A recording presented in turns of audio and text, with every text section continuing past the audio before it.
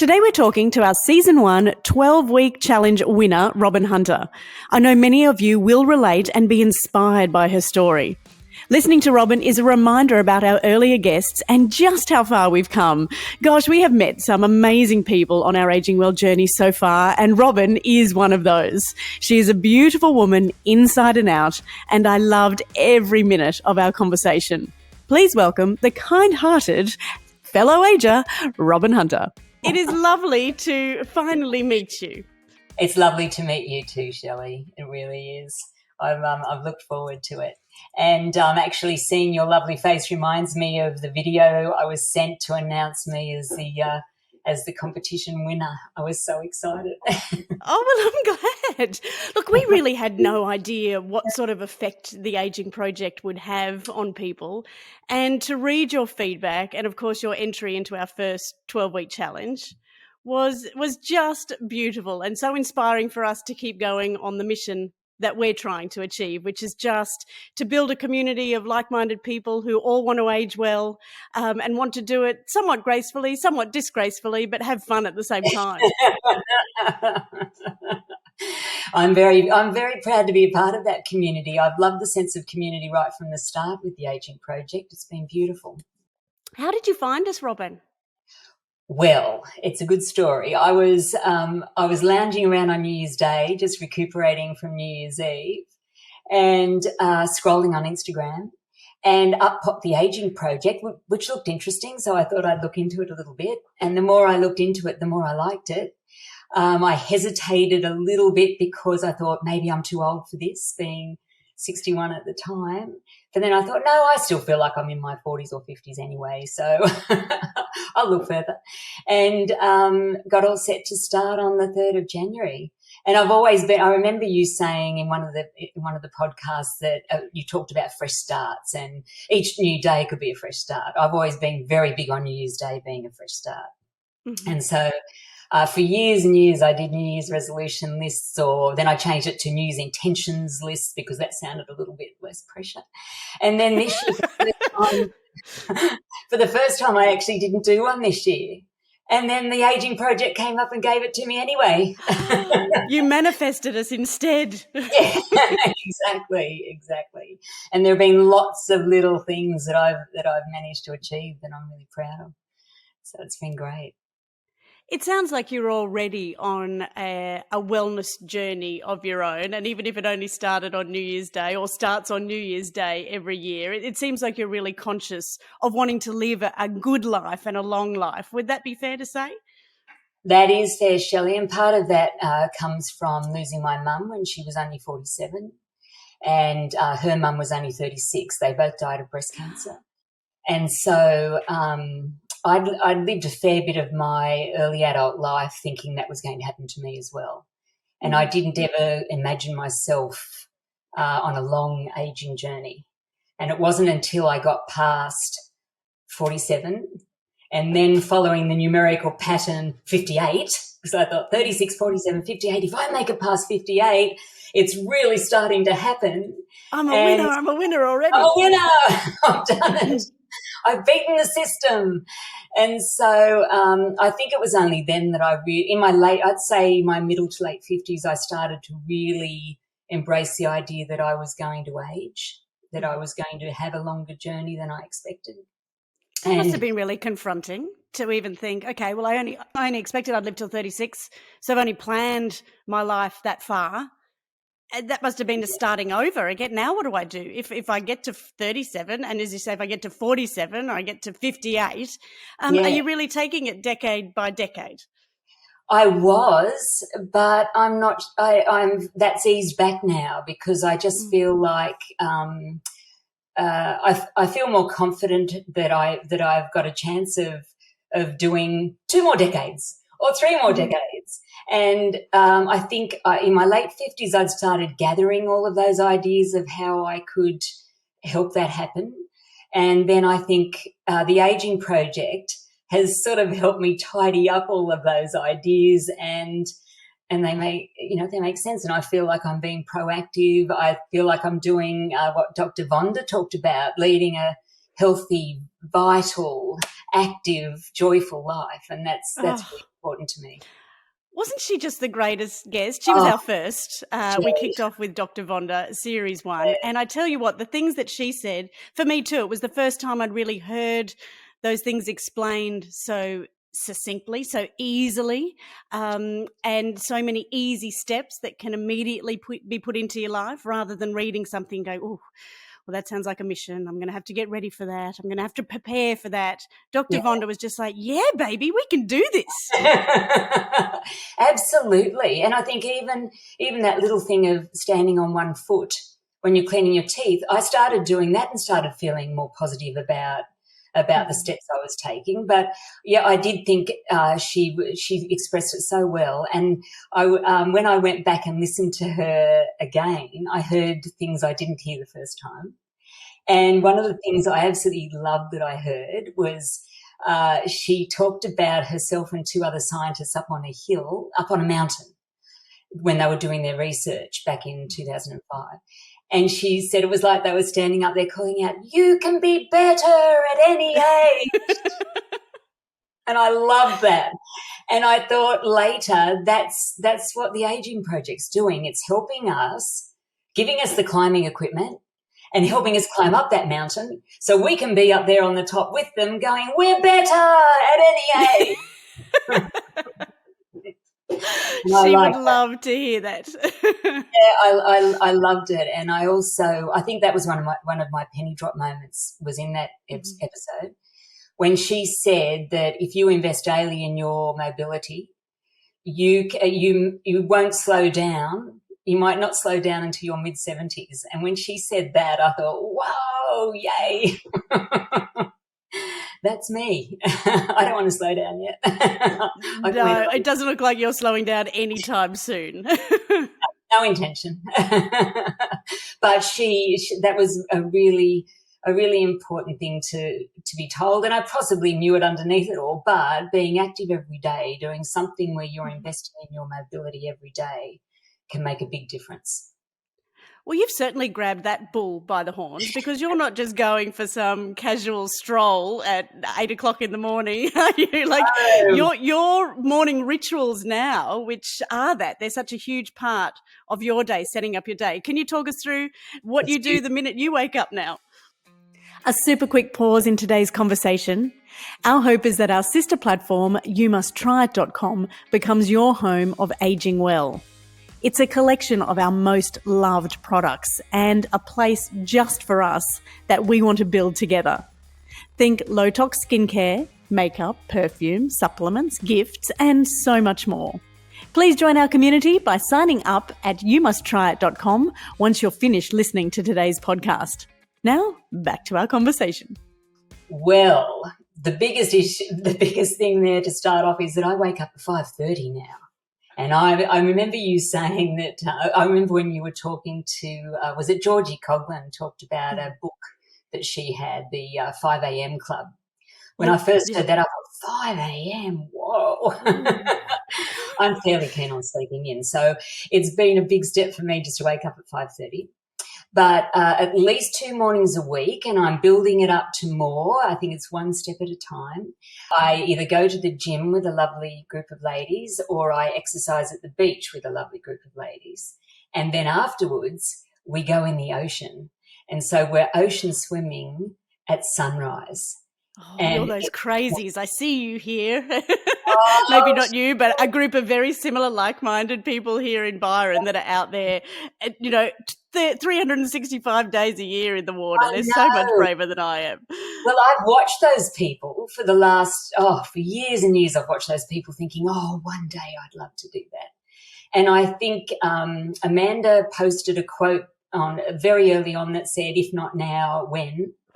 And then I thought, hey, I've really applied that to getting in the water at when it's really, really cold at 7 a.m. in the morning, and it's so invigorating, and I feel so alive. And I wouldn't have done that, I don't think, if I hadn't found the Aging Project this year, because it can just take a little phrase like that or something that someone says, and it starts a domino effect that can lead to something is so joyful. I absolutely love it.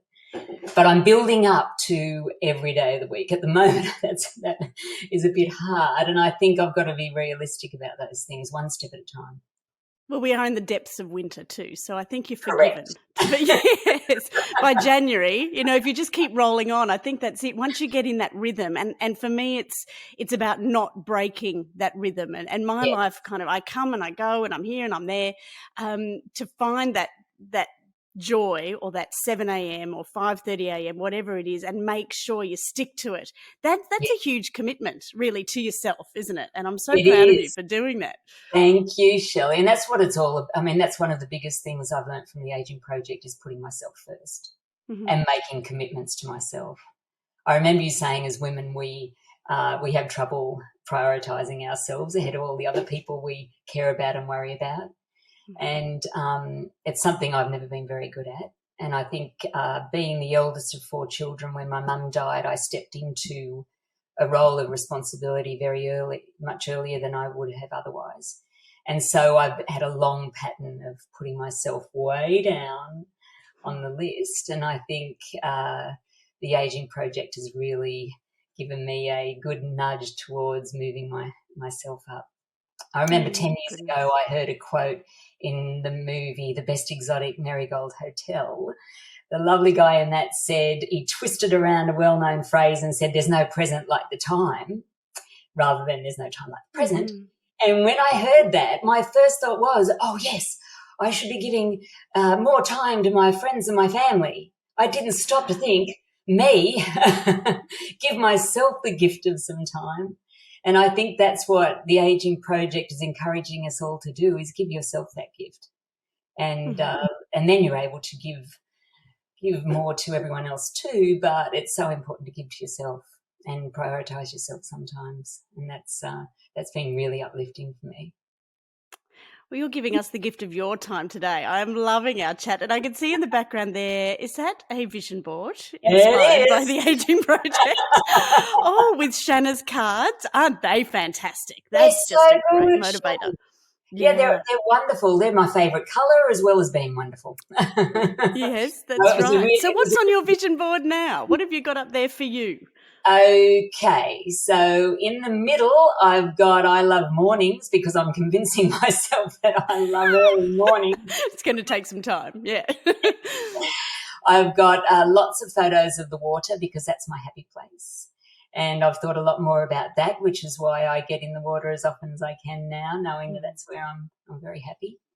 I've got a goal up in the top right. I've been planning on writing a children's book for about 20 years. So I thought maybe it's time to start. And so that's up there. There's no present like the time. Correct. And do more art. I have an easel because I started getting into art last year, which is something I've always intended doing and haven't given myself the time for that either. I've got my grandchildren's names up there because they're very important to me, and I am so grateful to be here to be their grandmother. My mum didn't get to do that, and she would have been wonderful, so I'm very grateful that I'm here and I can be, and I want to be the best I can be for her and for me. I've got a lovely card up in the middle that a beautiful friend of mine gave me that said, keep shining my bright and shining star of a friend. And I like to think that I shine a little bit of light into the lives of my family and friends. So that's an important one. And inside it says, you're an inspiration. And gosh, I got such a thrill when people in the Aging Project community sent me messages like that. When I won the competition, it was so beautiful. It was really you are a true inspiration for us. What do you think your mum, shining down on you now, would think of the way you're living your life? Well, thank you for asking that, Shelley, because I loved that when that was mentioned when Ronnie Khan said that in a little video. She liked to think about what her mum would think, and I'd like to think she's really proud of me. 100% she is, yeah. And I think she would be experiencing a lot of joy watching me be such a joyful grandmother. I really do put my heart and soul into it, and she put her heart and soul into being our mum. So She led by example. And I think she would love to see me doing the things I'm doing for me, because she actually did, even though she was only here for 47 years, she did set that example. I remember her starting carpentry in her 40s, and she built a bookcase for the family. So that was impressive. But she did did volunteer work. She sang. She loved singing, and she was a beautiful singer. I love singing, but I'm not necessarily that good at it. But doesn't matter. It doesn't matter. And I really enjoy doing it. And she was active. She played golf, which is something I'm trying to do. I wish I'd had Shanna Kennedy's theory on your 10-year-old self, because I would have started golf 10 years ago if I'd been thinking in that way. But anyway, I'll keep trying that one. You have to leave something for the next 40 years of your life, don't you? You can't do it all at once. Yeah, but thank you for asking that question, Shelley. That's something I do think about a lot more now, about my mum. She guides a lot of what I do and who I am. That's beautiful. I love that.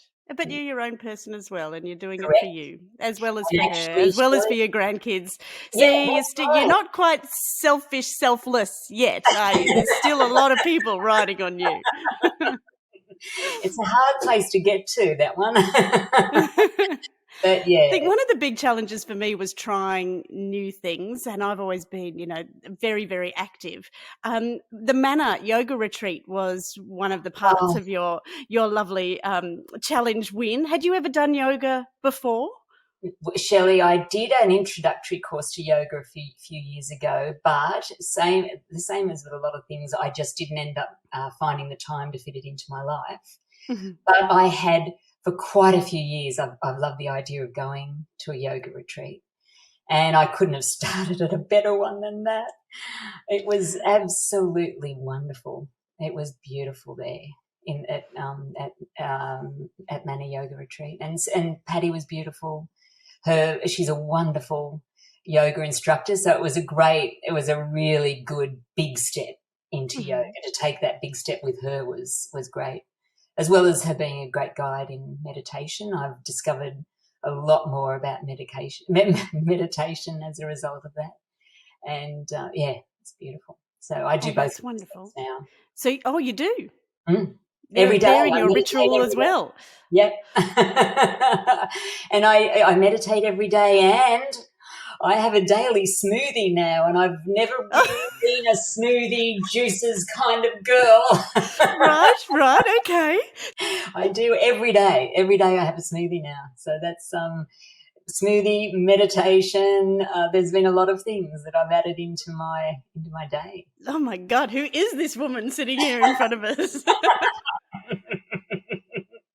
Yes, I'm getting through just talking about it. No, that's beautiful. Have you been listening to series 2 by any chance? I have, so much so, Shelley, I may add raw broccoli to my daily smoothie. Oh, yeah, isn't it just? Oh, it's there. It's one of those things that, as you say, you've heard it 100 times. You should be doing it, but baby steps. And, a head of raw broccoli a day is a pretty big ask. But I started just eating the raw trimmings as I was getting the broccoli ready to cook. And I thought I can build up to more raw broccoli. But no, they've been great. I had the most amazing salad the other day. It was a broccoli salad, and I thought, okay, I'm going to order it. If someone else prepares it for me, surely it's going to be delicious. But they had thinly sliced the broccoli from head to toe, from, leaf to stem, right through in these tiny, like a cabbage almost, like you would for coleslaw. And because broccoli can be quite woody, can't it? Yes. But this was amazing. And I thought, if I could find a machine that did that for me, I'd be eating raw broccoli all day long. It was delicious. So don't think you've just got to eat the florets. You can, you've got to somehow find a way of making it digestible too. You do. Actually, I've got one of my sons is a chef, and I spoke to him about it, and he said he does a nourishment bowl where he's now working. And that's exactly the secret, he said, was to thinly shave the broccoli, the cauliflower, whatever you put into it. It's way more digestible like that. And I wonder Dress if it it with works the same for chocolate, Robyn. I wonder if you just cut your chocolate up really small, that doesn't have the same effect. nice You didn't eat a whole block of chocolate. Oh, no. It was in very thin slices. wafer thin. That's right. Exactly. So what do your kids think of all this? Do they think you've gone mad, that this is your midlife crisis? Or Actually, it's really nice. I think they're all quite thrilled by it, and I've always been one to throw them the odd helpful quote or motivating thought or the latest thing that I've read or heard that I found inspiring. I've always been a little bit that way inclined anyway. Sometimes the family will say, "Oh no, don't get her started." That's something she's passionate and interested about. What's going to happen? No, they're really lovely. They're all very. If any consolation, my family's the same. The minute I jump off an interview, I'm like, "Oh, guess what I just learned?" And I see my husband, his face just goes, "Oh, what are we in for this week?" And the girls are like, "Oh my God, yeah, what's coming?" And I'm in the kitchen, I'm doing this, I'm rearranging something. It's just, oh my goodness, I feel so blessed to have been offered this opportunity to deliver this information to people, because I'm learning, every interview I do, I'm learning so much, and I'm madly taking notes, and my life, has changed completely as well. So it's wonderful. And it's just so, it is. I can feel that in your voice when I listen to the podcast. I can hear that. But it's wonderful because you're doing it with enthusiasm, you're doing it with optimism, all the good things, and you're doing it with humour, which I love. And you make it relatable. So it's win-win for everybody. Absolutely it is. Oh, we're all on this journey together, as we are, say. and it's wonderful. It's a really good feeling. And guess what you achieved today? What? Your first interview on a podcast. It is. With technology. With technology, that's right. I faced a big challenge today. You sure did. No, we all did, and we got there. Oh, Robyn, It's so lovely to have you as part of our community. And as you said, I know people have been writing to you as much as they've been writing to us, and I'm thrilled that you are having such a wonderful time and such a great journey with us so far. So I really am, and thank you to you and Amanda for everything that you're doing for We Women. We're very fortunate that it's all happening, and we're doing it together, and it's just such a positive thing to be doing. It's our absolute pleasure. And you know what? Next time I jump in the surf at 7 o'clock in the morning, you know who I'm going to be thinking of? Robyn Hunter. If she can do it, I can do it. Yes. Yeah, and it's not just my toes. Full submersion. I'm going in. That's it. You've got to go under. A friend has a rule. You've got to go under 3 times to call it a swim. Okay. No matter how cold it is, you may get an ice cream headache when you go under. But no, it's great. Thank you, Shelley. Lovely chatting, Robyn. We'll catch up soon. Thank you. Bye. Bye. Firstly, a huge thank you to Robyn for being so brave and coming on the show. That in itself deserves a round of applause. You did an amazing job, Robyn. I loved hearing your story, your family history of cancer, and your determination to carve out a different path for yourself. And wasn't Robyn's vision board and penny drop moments really inspiring? It's so wonderful to hear the small changes Robyn's been making in her life, and to be honest, the impact that our podcast has had on our community. That makes us so proud. We are tickled pink. I'm also glad you had the opportunity to visit Manna Yoga Retreats and enjoy some rare you time. Thank you to everybody for listening. Until next time, I'm your host, Shelley Craft, and this is the Aging Project podcast. The Aging Project is brought to you by Poly Studio. They're our go-to team for all things podcasting.